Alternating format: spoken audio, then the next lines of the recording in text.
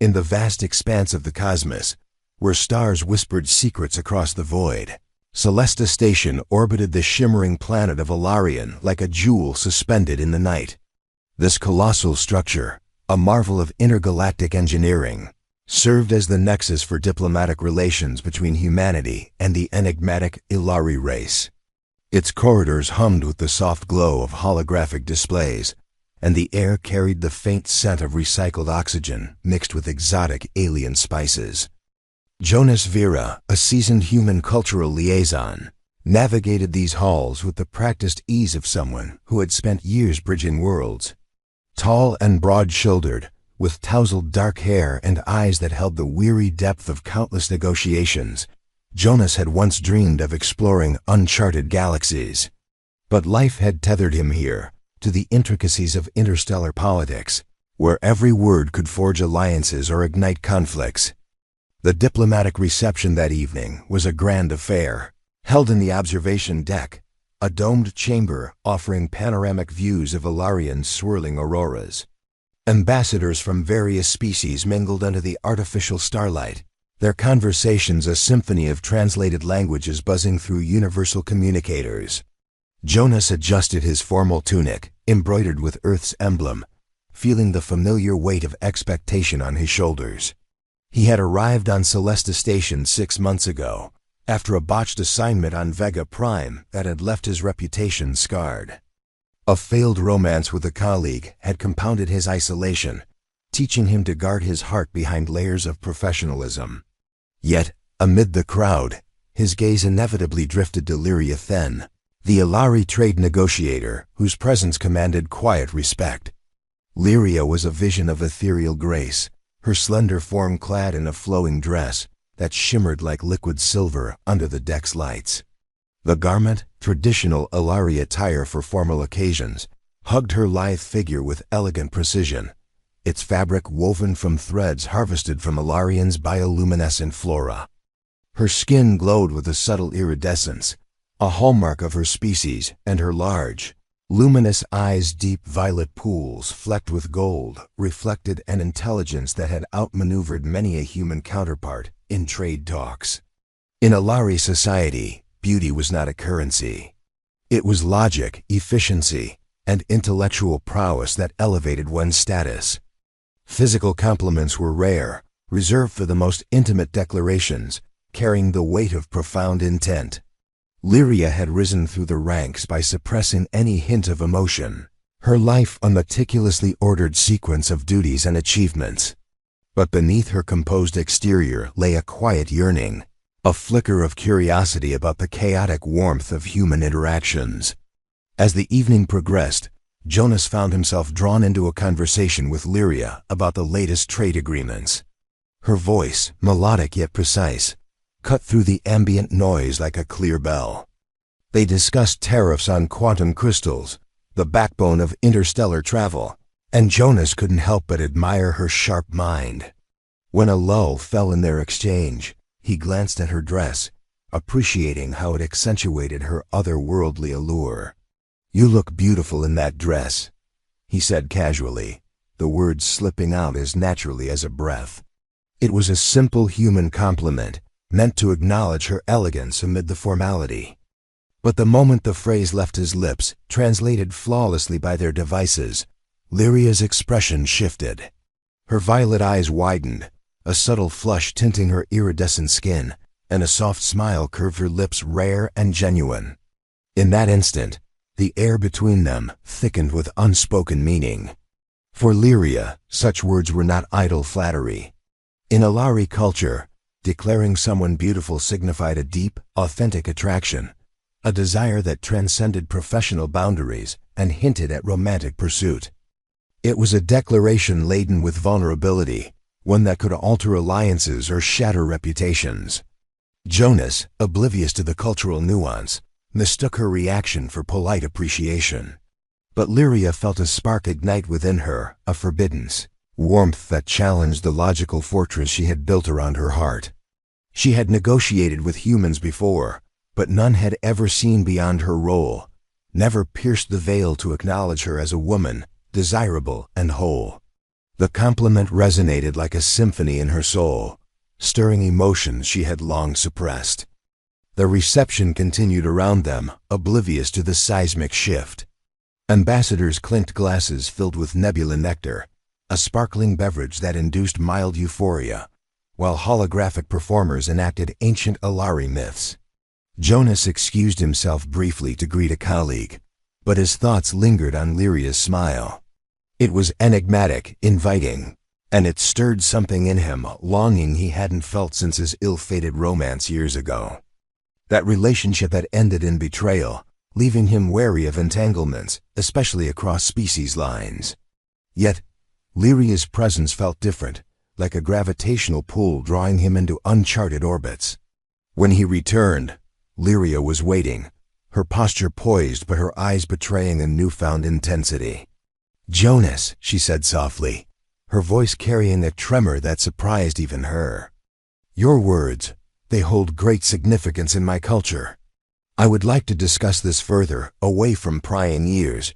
Her invitation hung in the air, charged with possibility. Jonas nodded, intrigued and a touch apprehensive. They slipped away from the crowd, the observation deck's doors sealing behind them with a hushed sigh. The corridors of Celesta Station stretched before them, dimly lit and echoing with the distant hum of life support systems. Lyria led the way to her quarters, her dress whispering against the metallic floors like a secret promise. As they walked, Jonas's mind raced. What had he unleashed with a mere compliment? He recalled fragments of Alari customs from his briefings, their emphasis on emotional restraint, their rituals of courtship shrouded in subtlety. Had he offended her? Or was this the beginning of something extraordinary? Lyria, meanwhile, wrestled with her own turmoil. Inviting a human to her private space was unprecedented, a breach of her carefully maintained boundaries.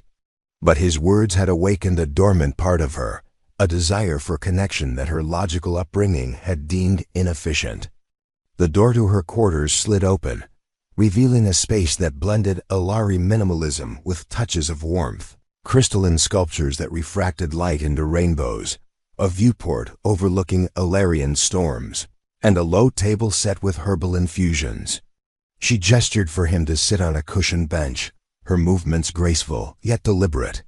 "Please, make yourself comfortable," she said, pouring them each a cup of steaming elixir that carried the aroma of distant flowers. Jonas settled in, the bench conforming to his form with adaptive technology. The room was intimate, the air scented with a subtle perfume that evoked memories of Earth's spring rains. Lyria sat across from him, her dress pooling around her like molten starlight. "In my culture," she began, her voice steady but laced with emotion, "to call someone beautiful is to declare an attraction that is pure and profound. It implies a wish to explore beyond words, to connect on levels deeper than diplomacy." Jonas leaned forward, his heart quickening. "I meant it sincerely, Lyria. You do look beautiful, not just the dress, but you. There's a grace about you that captivates me." His admission hung between them, raw and unfiltered. Lyria's smile returned, brighter this time, as if his confirmation had unlocked a hidden door within her. They began to talk, the conversation flowing like a river finding its course. Jonas shared stories of his Earth upbringing, the bustling cities and vast oceans that shaped his adventurous spirit. Lyria listened intently, her eyes reflecting genuine interest. In turn, she described Illyrian's crystalline spires and the rigorous academies where emotions were trained out of young Alari to prioritize collective progress. As the hours slipped by, the artificial night cycle of the station deepened, casting the room in a soft ambient glow. Their dialogue delved into personal realms. Jonas confessed the pain of his past relationship, how it had left him doubting his ability to love without complication. "I threw myself into work," he admitted, "to avoid the hurt. But being here, with you, it feels different. Like maybe I can risk it again." Lyria, touched by his vulnerability, revealed her own struggles, the pressure to excel without distraction, the loneliness of a life devoid of affection. "No one has ever seen me this way," she whispered. "Your words, they make me feel alive, desired. The drama of their exchange built like a crescendo, each revelation drawing them closer. Jonas reached across the table, his hand brushing hers, a tentative touch that sent electric sparks through both. Lyria didn't pull away. Instead, she interlaced her fingers with his, her iridescent skin warm against his. In that moment, the barriers of species and culture began to crumble, replaced by a burgeoning romance that promised to redefine their worlds. Yet, as the conversation continued, hints of conflict emerged, whispers of disapproval from their respective superiors, the potential scandal of a human-Ilari liaison. But for now, in the sanctuary of her quarters, they savored the magic of discovery. Their talk meandered through dreams and fears, laughter punctuating moments of intensity. Jonas described Earth's sunsets, painting vivid pictures that made Lyria's eyes sparkle with wonder.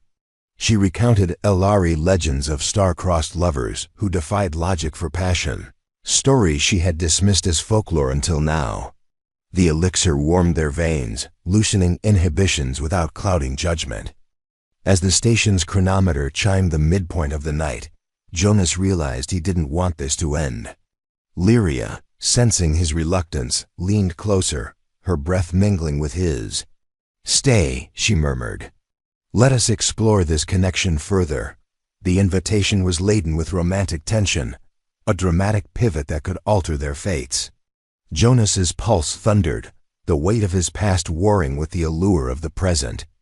In her eyes he saw not just an alien diplomat, but a kindred soul yearning for the same intimacy he craved. With a nod, he agreed, sealing the night with unspoken promises. As they delved deeper into their souls, the cosmos outside seemed to hold its breath, witnessing the birth of a love that defied the stars. The soft chime of the station's night cycle had long faded, leaving only the gentle pulse of distant machinery and the occasional flicker of auroral light dancing across the viewport. Jonas sat closer to Lyria now, their hands still entwined on the low crystalline table between them. The herbal infusion had cooled in their untouched cups, forgotten in the rising tide of shared confessions. Her fingers, slender and slightly cool at first, had warmed against his skin, as though absorbing the very heat of his humanity. Every small movement, the subtle tightening of her grip, the way her thumb traced slow, unconscious circles over his knuckles, felt like a language older than any diplomatic protocol. Lyria's quarters, once austere and functional, now seemed alive with possibility. The bioluminescent sculptures on the shelves pulsed in slow, hypnotic rhythms, casting shifting patterns of violet and sapphire across their faces. Through the wide viewport, Ilarian's twin moons hung low, bathing the room in silver. Jonas could not look away from her. The silver dress still clung to her form like moonlight-made fabric, but now it seemed less a garment and more an extension of her fluid, luminous, intimate. He had never seen anything so beautiful, and the realization struck him with quiet violence. He was falling, and falling fast. "You said no one has ever seen you this way," Jonas murmured, his voice rough with emotion. "But I see you, Lyria, not the negotiator, not the representative of Valerian. Just you," her breath caught. In Ilari society, such directness was almost scandalous. Declarations of personal desire were layered in metaphor, veiled in poetry, delivered only after years of courtship rituals designed to test compatibility of mind and spirit before body ever entered the equation. Yet here was this human warm, impulsive, unguarded, laying his heart bare within hours of a single compliment. It terrified her. It exhilarated her. She rose slowly, the dress whispering against her legs, and crossed to the viewport. Jonas followed without hesitation, drawn like gravity. They stood side by side, shoulders nearly touching, watching the auroras twist and flare in silent symphony. For a long moment, neither spoke. Then Lyria turned to face him fully, violet eyes searching his.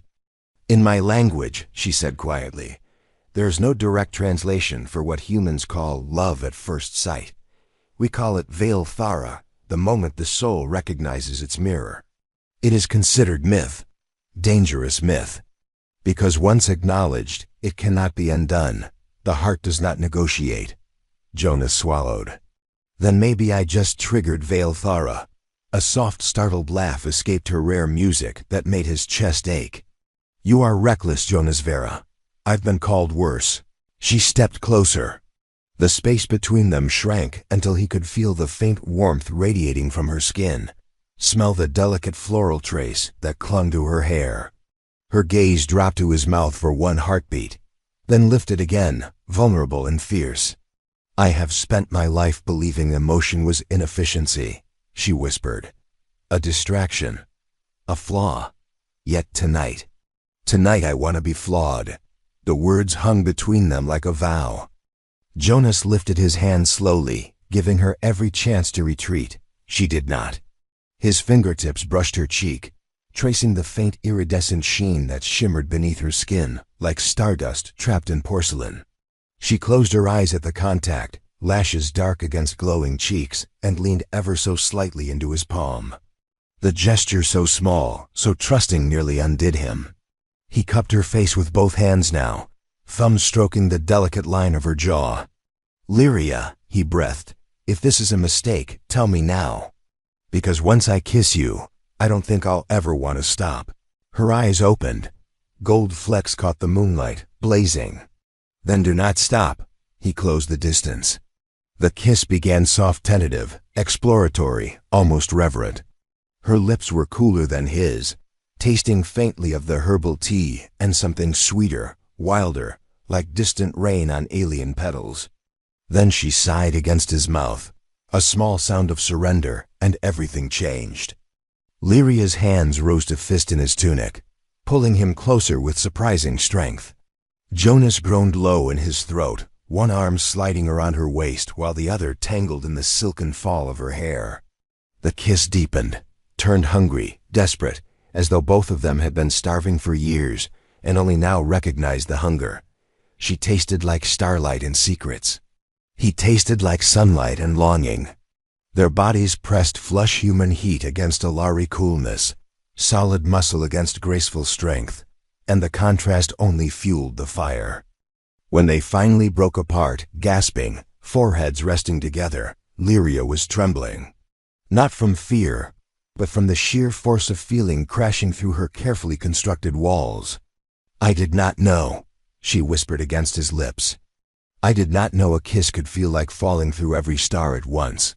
Jonas smiled, ragged and tender. Welcome to being human. She laughed again, breathless, delighted, and kissed him once more, slower this time, savoring.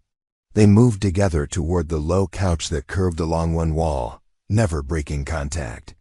Clothing remained in place, but hands roamed with growing boldness, his tracing the elegant line of her spine through liquid silver fabric, hers sliding beneath his tunic to explore the warm plains of his chest, marveling at the rapid thud of his heart. They sank down together, Lyria straddling his lap with natural grace. The position brought their faces level, eyes locked. In the dim glow, her iridescence shimmered brighter, as though emotion itself were making her glow from within. Tell me what you feel, she demanded softly, fingers threading through his hair. No diplomacy, no careful words. Just truth. Jonas's hands settled on her hips, thumbs stroking in slow arcs. I feel like I've been waiting my whole life to find you, he said roughly. Like every mission, every failure, every lonely night was just leading me here, to this room. To you. Actual tears glimmered in her eyes, catching light like tiny diamonds. Ilari did not cry easily.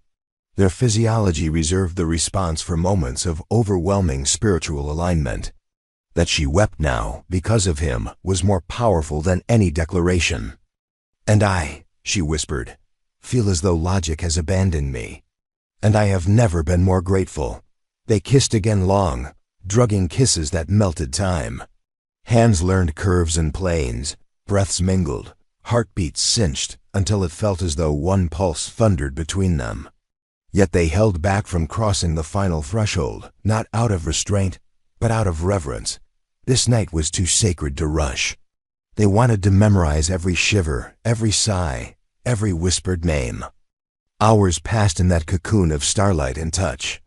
They spoke in fragments, half-finished sentences swallowed by kisses, quiet confessions pressed against skin.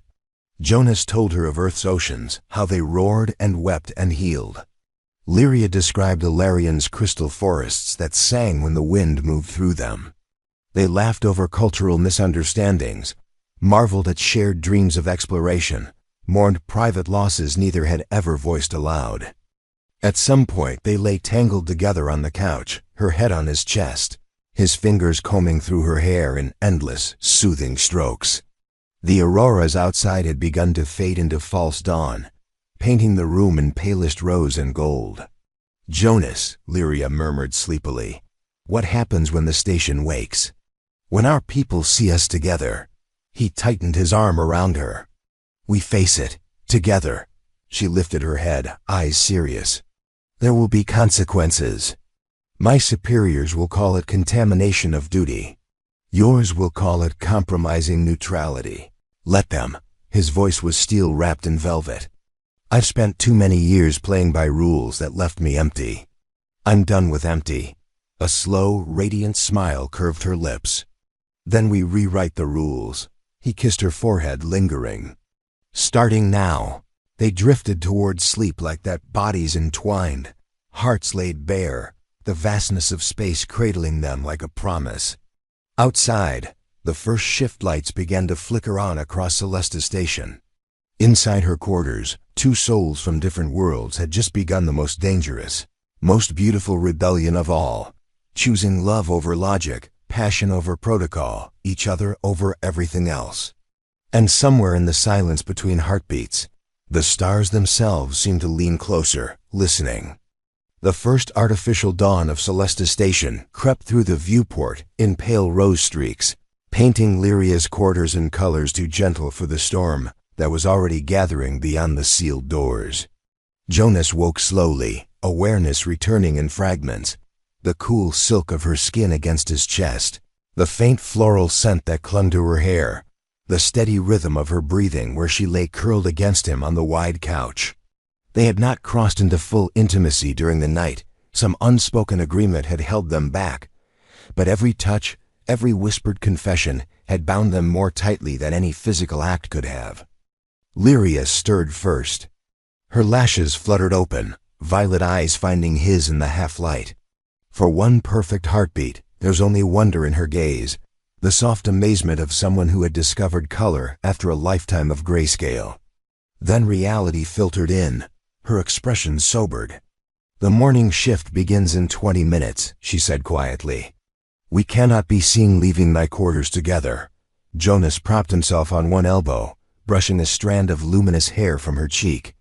"I know, but I'm not sneaking out like we've done something wrong." Her fingers tightened on his forearm. "In the eyes of both our governments we have." He exhaled through his nose, the sound rough with frustration and resolve. "Then let them see. I'm tired of hiding what matters." Lyria sat up slowly, the silver dress slipping slightly off one shoulder. She did not adjust it.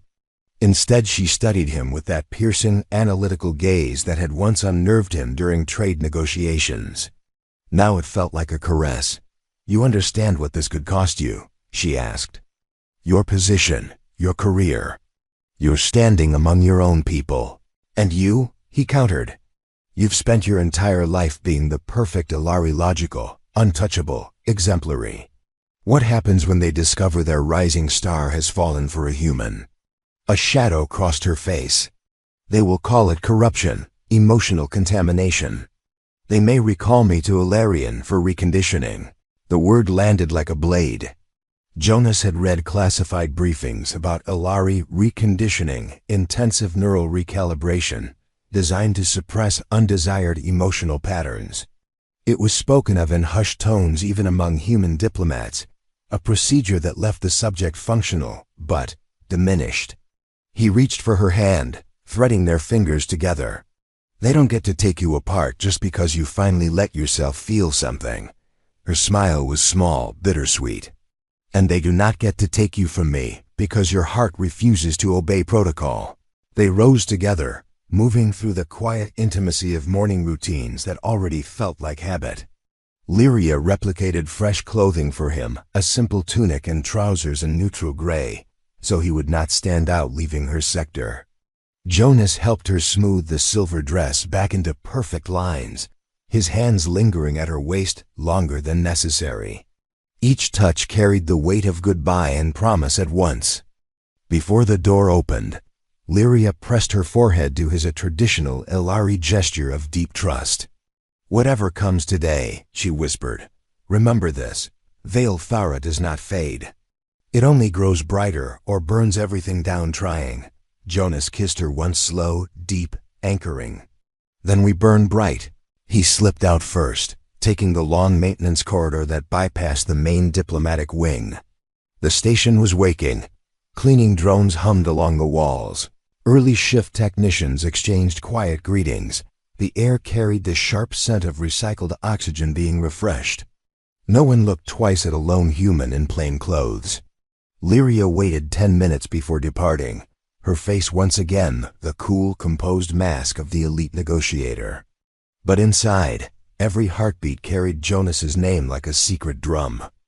The diplomatic concourse was already busy when Jonas arrived at his office.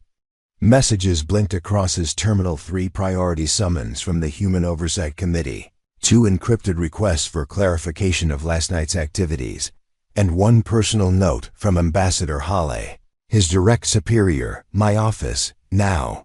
Jonas straightened his borrowed tunic and walked the corridor with deliberate calm. Inside Hale's suite, the ambassador waited behind a desk that projected holographic star charts like a crown of constellations. Halle was silver-haired, sharp-eyed, and famously unflinching. Today his expression was thunder. "Close the door," Halle said. Jonas did. "Explain to me," the ambassador continued, voice dangerously soft, "why station security logged you entering negotiator Then's private quarters at 22:17 last night and not leaving until 4:42 this morning." Jonas met his gaze without flinching. "Because I was there, with her." Hale's jaw tightened. "You realize the implications?" "I do." A long silence stretched. Then Halle leaned forward, elbows on the desk. "You're one of the best liaisons we have, Vera.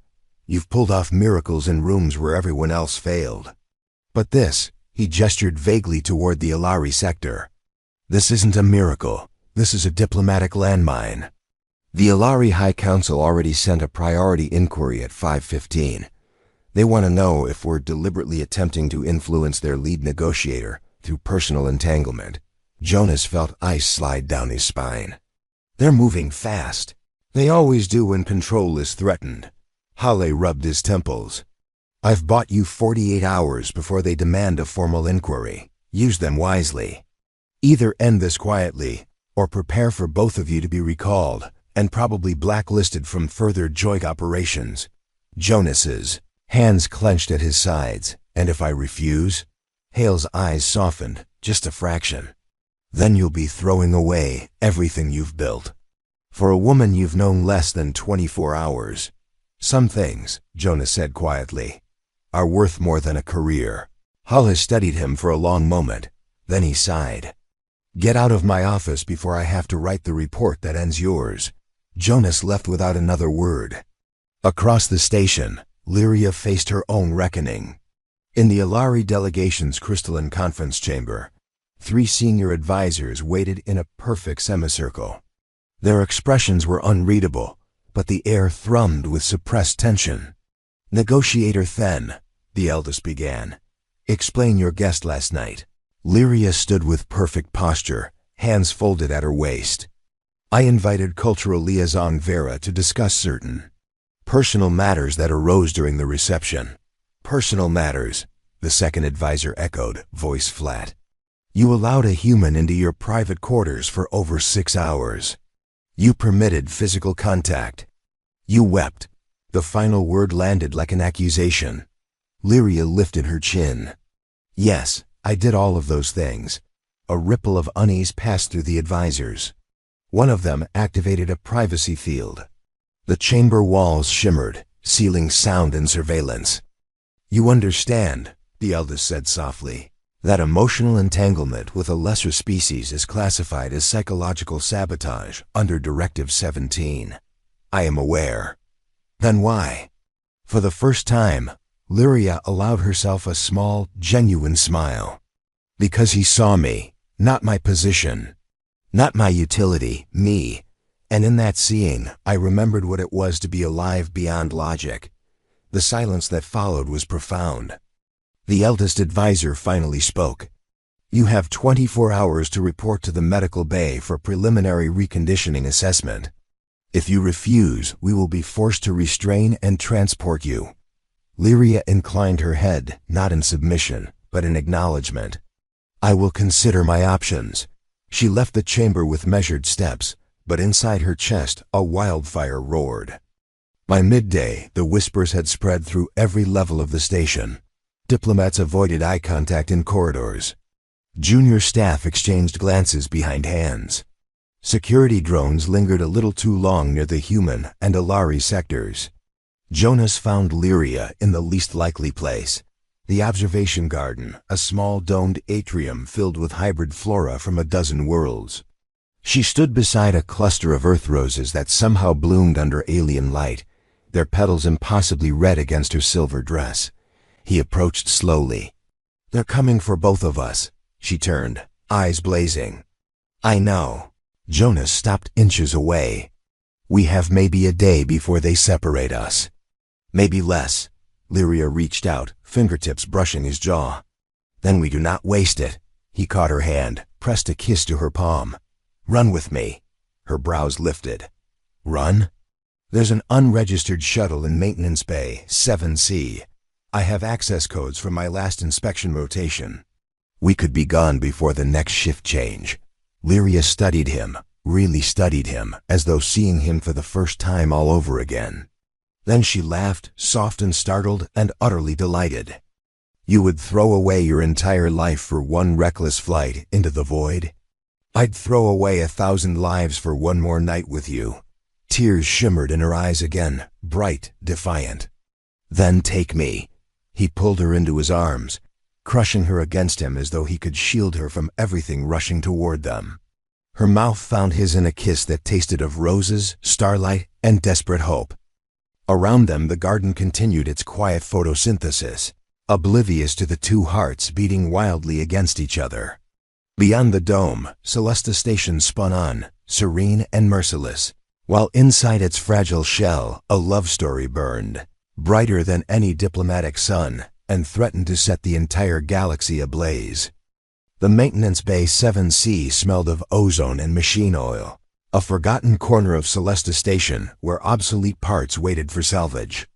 Jonas led Lyria through the dim service tunnels, their footsteps muffled by sound-dampening panels. Behind them, the main corridors already buzzed with urgency security alerts flickering across public screens, diplomatic channels crackling with coded demands for their immediate location. The unregistered shuttle was a relic, a compact courier vessel designed for solo runs between outposts, its hull scarred from years of micrometeorite kisses. Jonas had kept its access codes alive in case of emergency evacuation drills. Tonight qualified, he palmed a side hatch. It hissed open reluctantly, revealing a cramped cockpit lit only by standby amber strips. Lyria stepped inside without hesitation, her silver dress catching the faint glow like captured moonlight. She looked impossibly out of place in this utilitarian space, elegant, luminous, defiant. Jonas sealed the hatch behind them. Strap in. We have maybe 8 minutes before they lock down the bay doors. Lyria settled into the co-pilot's seat, fingers already moving across unfamiliar controls with the calm precision of someone who had once memorized every schematic of Ilarian's fleet. I have flown worse, she said, a small smile curving her lips. Though never in exile. Jonas dropped into the pilot's chair, hands flying over the startup sequence. Engines coughed, then purred to life. The station's docking clamps disengaged with a metallic groan. Warning klaxons began to wail in the bay beyond the hull. He glanced at her. Last chance to stay. Lyria reached across the console and laid her hand over his on the throttle. My last chance was the moment you said I looked beautiful. Everything since has been inevitability." He squeezed her fingers once, then pushed the throttle forward. The shuttle lurched free of the docking arm, sliding into open space with the grace of something finally unchained. Behind them, Celesta Station receded a glittering torus against the swirling auroras of Ilarion. Pursuit drones launched almost immediately, red strobes flashing in warning.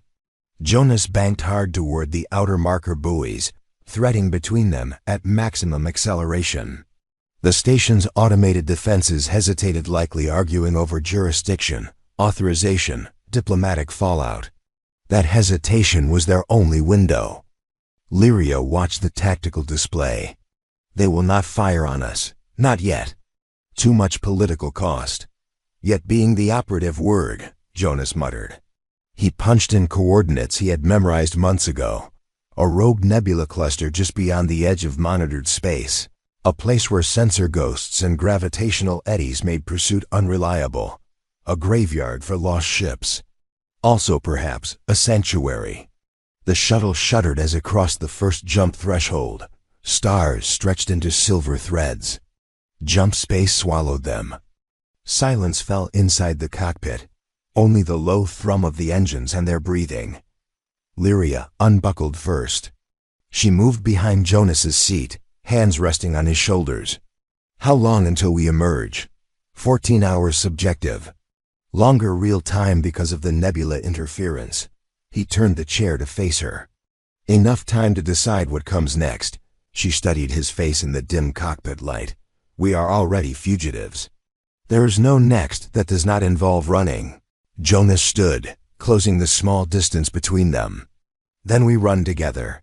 We find a fringe colony that doesn't ask questions, we disappear. Or we keep moving system to system, never staying long enough for anyone to catch our trail." Lyria's fingers traced the line of his jaw. "And if we grow tired of running?" He caught her hand, kissed the center of her palm. "Then we stop, somewhere quiet. Somewhere ours, we build something new.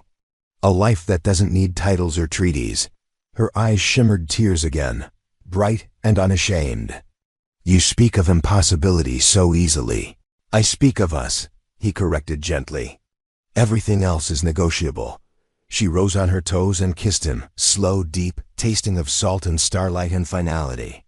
When they parted, she rested her forehead against his. "I love you," she said simply. The words carried no Ilari circumlocution, no poetic veil. Just truth, raw and perfect. Jonas's breath caught. "I love you too." More than I knew I could. They held each other in the humming quiet of the cockpit, two small lives hurtling through the dark toward an uncertain horizon.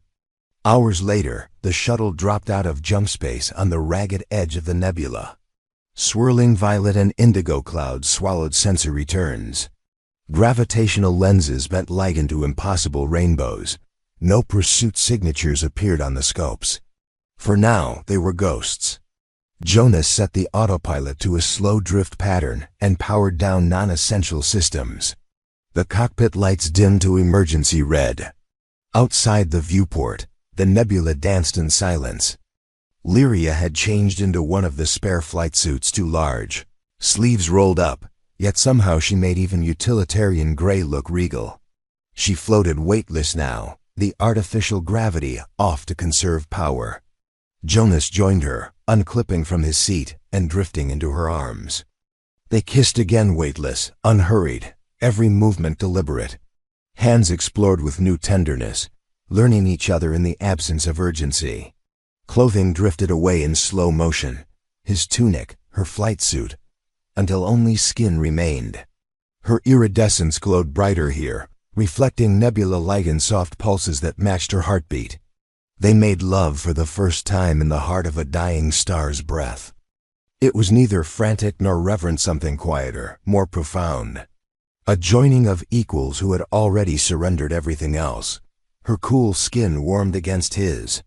His heat seeped into her until their temperatures equalized, as though bodies themselves were negotiating peace. Every sigh, every shiver, Every whispered name felt like rewriting the laws of two separate universes into one shared grammar. Afterward they floated together, limbs entwined, watching the nebula swirl beyond the viewport.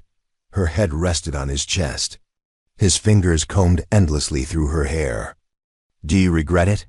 she asked softly. "Not for a second," she lifted her head. "Even knowing we may never see our homes again?"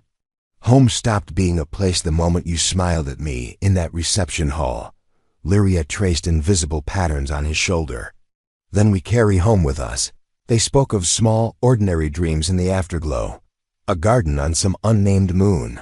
Children, perhaps, if biology permitted. Quiet nights without alerts or summons. They laughed at the absurdity of it, two diplomats turned outlaws fantasizing about domesticity. Yet the laughter held no bitterness, only wonder. Days blurred into weeks. They drifted deeper into the nebula, scavenging supply caches left by long-dead prospectors, trading encrypted messages with sympathetic fringe contacts who refused to report their position. No one came for them. The galaxy, it seemed, had larger dramas to attend to. One cycle, as they lay tangled in the narrow bunk, Lyria whispered, "I received a transmission today, encrypted, from my former aide." Jonas tensed. "And?" "She says the High Council has declared us lost presumed casualties of a navigation malfunction. Officially, unofficially." She smiled against his throat. There are quiet voices asking whether Vale Thara might not be myth after all. He exhaled, tension bleeding away. "And your people? They are reconsidering certain doctrines, slowly." Jonas kissed her temple. "Then maybe one day we stop running." "Maybe," she agreed. "But not yet." They drifted on. Years later, though time had become elastic in their hidden life, a small, unremarkable transport dropped out of jump space near a backwater colony called Haven's Reach. Two figures disembarked under false names and unremarkable faces. A quiet human man with kind eyes and a luminous woman who moved with impossible grace. They bought a plot of land on the temperate plateau, nothing grand, just soil that would grow earth roses and Alarian crystal vines side by side. Neighbors learned not to ask questions. The couple answered few anyway. On clear nights they sat on their porch, watching twin moons rise over fields that shimmered faintly with borrowed light. Sometimes she wore silver again, not the formal dress of old, but something softer, made by her own hands. Sometimes he told her stories of oceans she would never see. Sometimes she sang him songs of crystal forests he would never walk. And every night, without fail, he looked at her across the table or beside him in the dark, and said the same words that had once shattered protocol and remade two worlds. "You look beautiful." And every night she smiled bright, unguarded. Holden answered, "I know," because now she believed it, because now she was loved. Because now, against every law of logic and diplomacy and distance, they had won. The stars kept their silence. But somewhere in their endless turning, they seemed to shine a little brighter.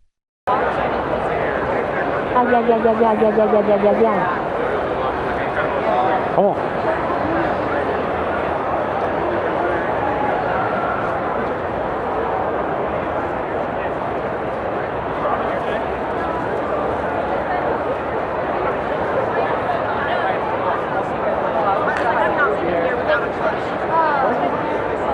Güey, antes que entrábamos, encontramos un chingo de maquis, güey. Ahorita no encontramos ninguna puta maqui, güey, no mames.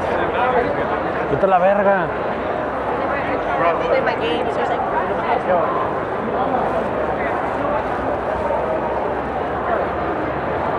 Se te ha agotado porque se te recalentó.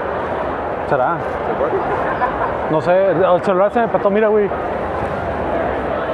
Qué god, güey.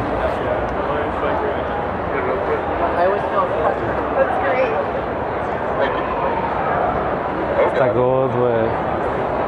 Mira, güey, super tierra, güey. ¿Le pides una foto, güey?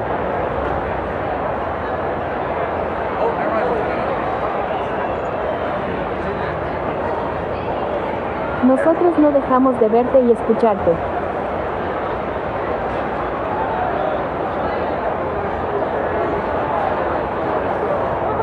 Va, Sí. pues los dos.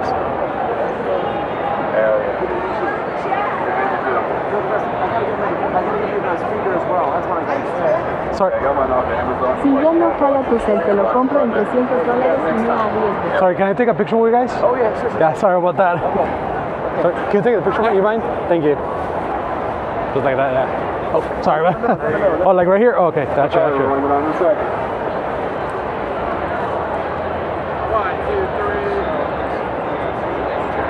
All right, thank you guys. Thanks. For the Al vivo, que viva la democracia, güey. Al vivo. Que viva.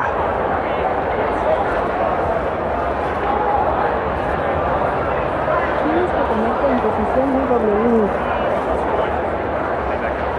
¿Cómo? A la verga, tengo un chingo de delay. Cámara. Mucho mejor. But it worked for me earlier and it didn't work for you now, so.